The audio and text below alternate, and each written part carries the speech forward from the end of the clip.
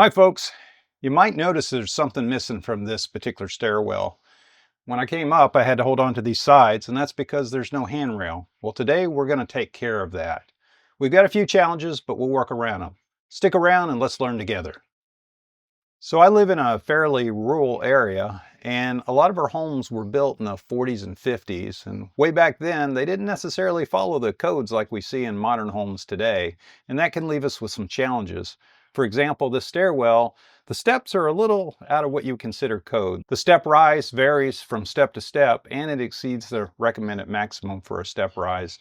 And also we have no handrail. Most code would dictate that if you have 2 to 3 steps, depending on your area and your code, you need to have some type of handrail. Fortunately, there are some things we can do to help fix some of these situations. Like in this case, we're going to go ahead and install a handrail, which will help us when we go up and down these steps. Unfortunately, I can't do anything about the step heights. That would probably involve a backhoe and a jackhammer. So for today, what we're going to do is measure the approximate height of where we want the handrail. And we're just taking a rough estimate so we know how long to make it at this point. And when we finish, we come up with 106 inches. This doesn't have to be exact. Once I had that, I could go back to the shop and cut it to length, put the little returns on the end, sand it, and put a finish on it. Now, I'm not showing you that whole process here. This is an installation video. I will do a separate video on this process, though, if you're interested in that.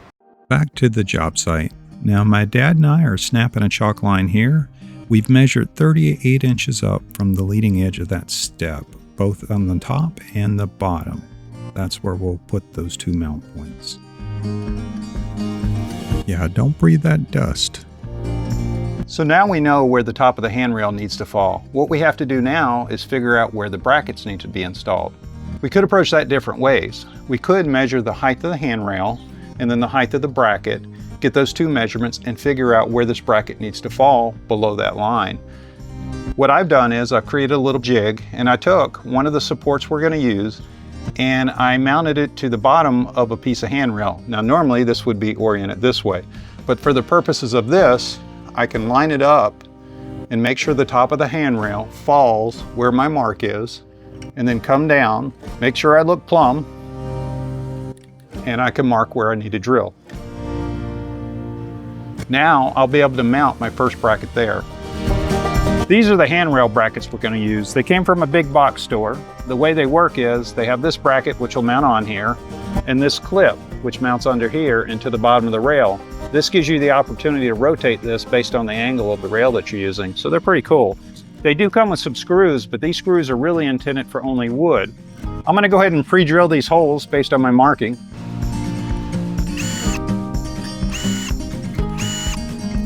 Now the screws that this comes with includes 2 short screws, and that's to go into the bracket that'll go up into the handrail, and then 3 longer ones to go into the wooden structure.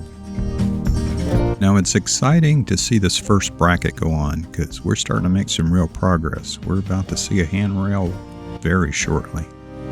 Now what I do is make sure that bracket is plumb, and then I use the drill to sink those screws. I don't tighten them quite all the way off. I come back with the hand screwdriver just to finish them off. Well, we got one end done, and now we're ready to work on the other end. Now those screws that came with that bracket are not going to work in this concrete, so I had to go out and get something special. This is a standard set of anchors with screws that approximate the same size as what came with the actual bracket. Now these are rated for 544 pounds each, and we're going to have 3 of them in each bracket, so I think we're going to be fine. These do require a 3/16 drill bit to pre-drill the hole with. And so I have a set of concrete masonry bits that I'm going to use for this. These are rated for use on an impact drill, and that's the mode we're going to operate in when we drill into this cinder block here. Now when working with wood, you got a little bit of flexibility when you drill those pilot holes. Concrete, not as much. So I'm going to go ahead and use this jig to mark where we need to put our first hole at the bottom, drill it, go ahead and put the anchor part in there, see where that's at, and then I'm going to use this to put it back up here and measure where the other 2 need to go after the first one's drilled. That lessens the likelihood I'm going to be off on if I try to do them all 3 at once. So I'm using the center of the jig, and I'm putting it so that it falls on the line at the top of the center here. Now, again, if I'm off just a little bit on that first one, it really doesn't matter. It's the next two that are really going to be important. Now, I am going to put my drill in impact mode to do this.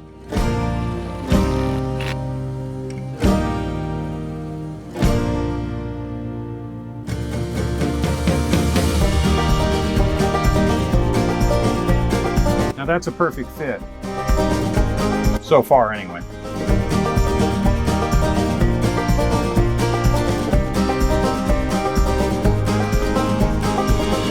Now I made sure I drew two very clear dots here. The trick is going to be getting the drill bit to land where I need it to and to stay in place as I drill the hole. We don't want it to wobble on us. When I drill in cinder block like this, I often use the drill in reverse just for a little bit to kind of make a little divot, so when I turn it around and go forward, it has a place to start the bit where I want it. I'm going to test the bracket one more time before I do the third hole.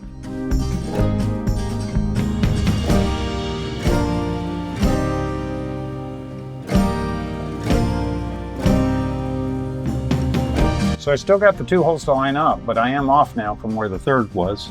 So I'm going to adjust a little bit. And it moved just a hair over to the right. There was some drift on the drill.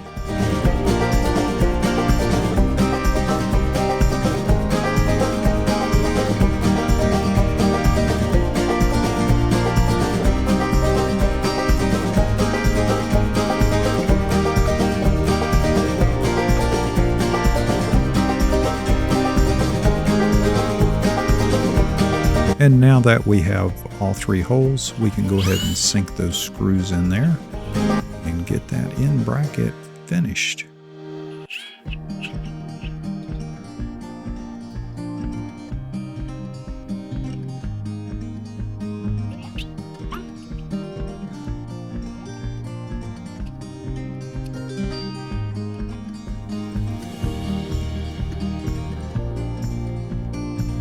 That was really successful. And now the moment we've been waiting for. Okay, I got it. I got it.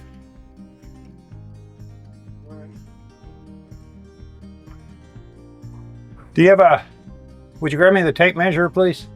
You got hold of it? Yep. I got it. Where are your tape measure? Should, wait a minute. Make sure I don't have, oh, never mind. It's in my pocket. It's lined up perfect here. Yeah, we're perfect here. We're about 1 5/8. And we're less than 4 to the outer edge, so it all meets what it's supposed to. So the distance is right for you think? It's perfect here. Okay. It's perfect here. It's lined up right on the line. Perfect. Then we did what we were supposed to do. Is it still where you want it? Yeah, it's perfect. What I'm gonna do is I'm gonna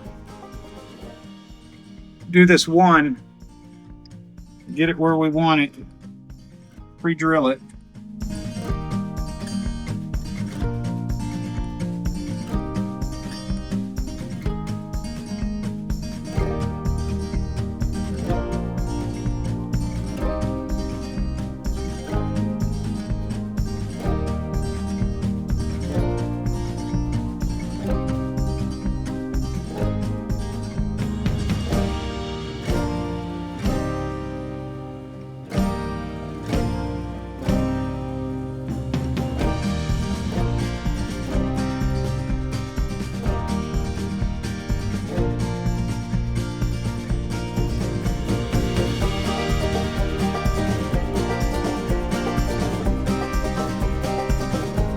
Well, we got that part done. My dad's opening up the rest of the brackets now. We're gonna get those on. Normally, I probably would have run the chalk line and mounted all the brackets along the chalk line first and then set the rail on top of it.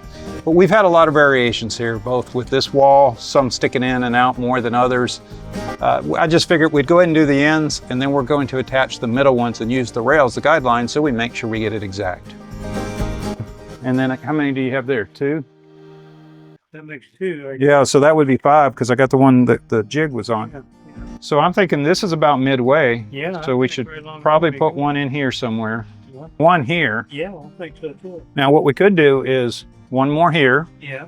and one down here. Yeah. That, God, I mean, that's, yeah. now right now it's flexing because it's a long run, but Yeah. that won't do that once we get. And then that's not going anywhere. Looks good. That's for So I am intentionally picking this spot, not because it's the midpoint between here, although it's very close, but because the screws that are going to support this bracket fall exactly in the middle of these two pieces of wood. That'll give them the most support.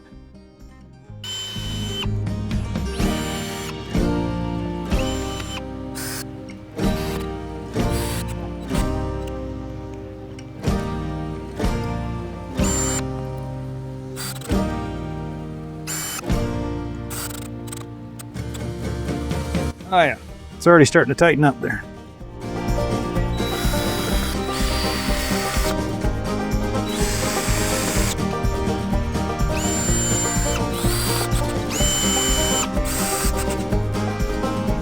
Well, the time has come. I need this bracket because we're going to go ahead and put 5 on this handrail. So I have to take apart my jig. Not a big deal.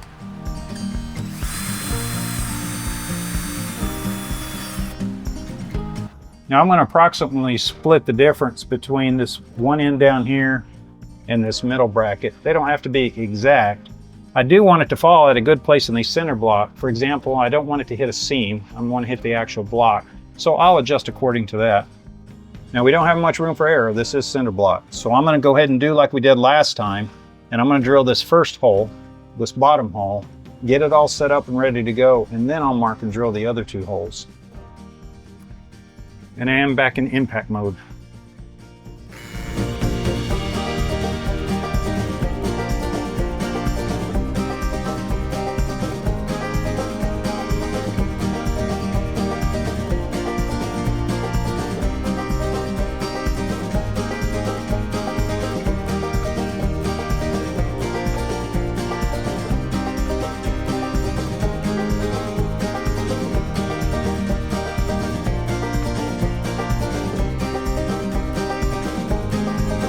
I noticed when I tightened the screws, the bit slipped a little bit and left a little piece of metal on the edge of it. So I'm going to take a little bit of this emery cloth and just go over it and just make sure those high points are knocked down. Well, that's the end of that project. That was pretty fun. It wasn't too difficult, and I think we got a handrail up that will solve a lot of issues for us. Thanks for watching.